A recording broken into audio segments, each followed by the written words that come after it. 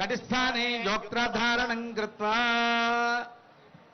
అమ్మవారికి ధరింపజేసేటువంటి యోక్త్రాన్ని అందరికీ కూడా దర్శింపజేస్తున్నారు. యోక్త్రము అంటే దర్భలతో చేసినటువంటి తాడు. ఈ దర్భలతో చేసినటువంటి తాడిని అమ్మవారి యొక్క కటిస్థానంలో కట్టడం జరుగుతుంది. దేనికి కడతారయ్యా అంటే సాధారణంగా వివాహం చేసుకునేది దేనికోసమయ్యా అంటే వంశాభివృద్ధి కోసం. అలా వంశాభివృద్ధి కలగాలయ్యా అంటే వచ్చేటువంటి కన్య యొక్క కడుపు పండాలి. అదిగోండి గర్భమైనటువంటి దోషాలు ఏమైనా ఉంటే అవి తొలగిపోవడం కోసం ఈ యోక్త్ర ధారణ అనేటువంటి కార్యక్రమాన్ని నిర్వహిస్తారు. అయితే అమ్మవారికి గర్భస్థ దోషాలుంటాయి అంటే కాదు, ఆమె సంతానమైనటువంటి మనందరికీ కూడా ఉంటాయి కాబట్టి దాన్ని దర్శించడం వల్ల మనకు అవన్నీ కూడా తొలగిపోతాయి అనేటువంటి భావనతో అమ్మవారికి యోక్త్ర ధారణం చేస్తారు. అలా ధరింపజేసేటువంటి యోక్త్ర ధారణని 4 వైపులా కూడా చూపిస్తున్నారు అర్చక స్వాములు. అలా చూపించేటువంటి యోక్త్రాన్ని అమ్మవారికి దర్శింపజేస్తున్నారు. దాన్ని దర్శించండి. గర్భస్థమైనటువంటి దోషాలు ఏమైనా ఉంటే అవి వెంటనే తొలగిపోతాయి.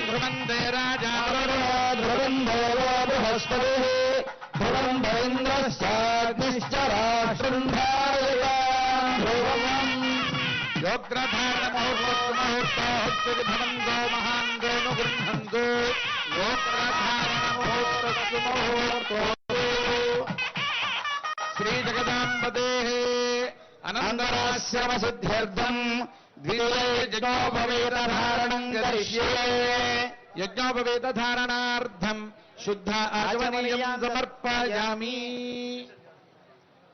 యజ్ఞోపవేతం ధరింపజేస్తూ ఉన్నారు.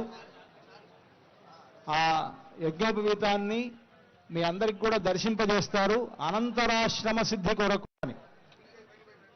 అనంతరాశ్రమం అనంటే ఇప్పటి వరకు బ్రహ్మచారిగా ఉండేటువంటి రామచంద్రుడు ఇప్పుడు తర్వాత ఉండేటువంటి గృహస్థాశ్రమంలోకి ప్రవేశించబోతున్నాడు కనుక ఆ గృహస్థాశ్రమ సిద్ధి కొరకు ఇక్కడ యజ్ఞోపవీతాన్ని ధరింపజేస్తూ ఉన్నారు. ఆ యజ్ఞోపవీత పూజ జరిగినది.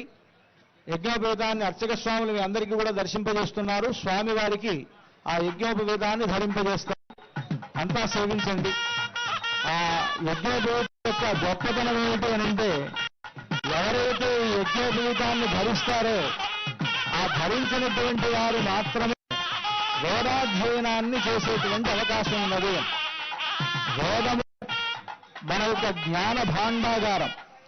వేదములలో లేనిది లేదు కదా. ఆ వేదము అనేటువంటిది అధ్యయనం చేయడానికి యజ్ఞోపవీతాన్ని ధరించాలి అని. దానికి పేరే యజ్ఞోపవీతం అని. అంటే యజ్ఞం అంటే భగవంతుడు, యజ్ఞోవై విష్ణు అని. కనుక విష్ణు స్వరూపమైనటువంటిది ఆ యజ్ఞోపవీతం.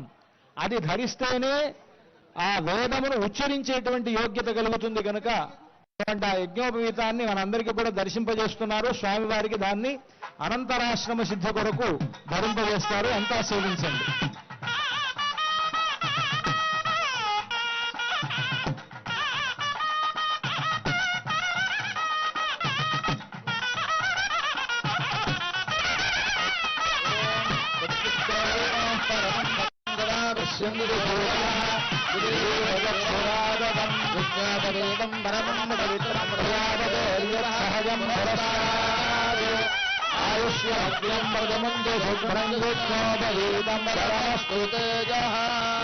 సువర్ణ యజ్ఞోపవీతాన్ని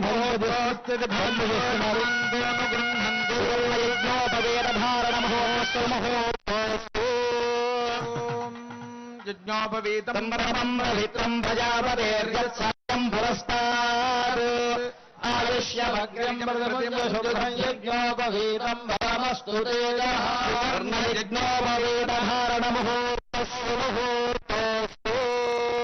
యజ్ఞోపవీతాన్ని ధరింపజేశారు.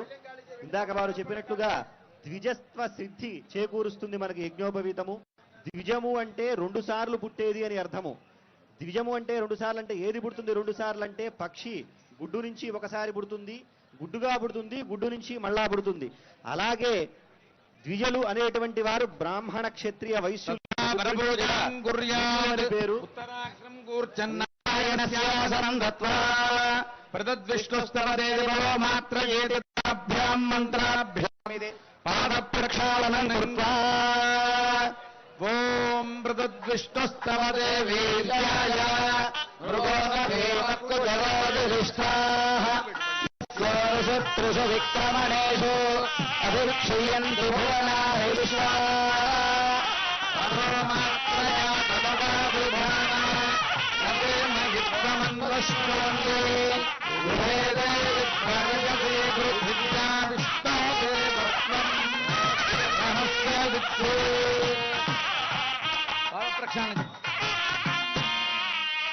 పాద ప్రక్షాళన జరిగింది. రామచంద్రమూర్తి పాదాలను జనక మహారాజు గడిగినట్లుగా మనం భావించవచ్చు. సాధారణంగా కన్యాదానం ఎవరైతే చేస్తారో ఆ సందర్భంలో దానము ధర్మము అని చెప్పి రెండు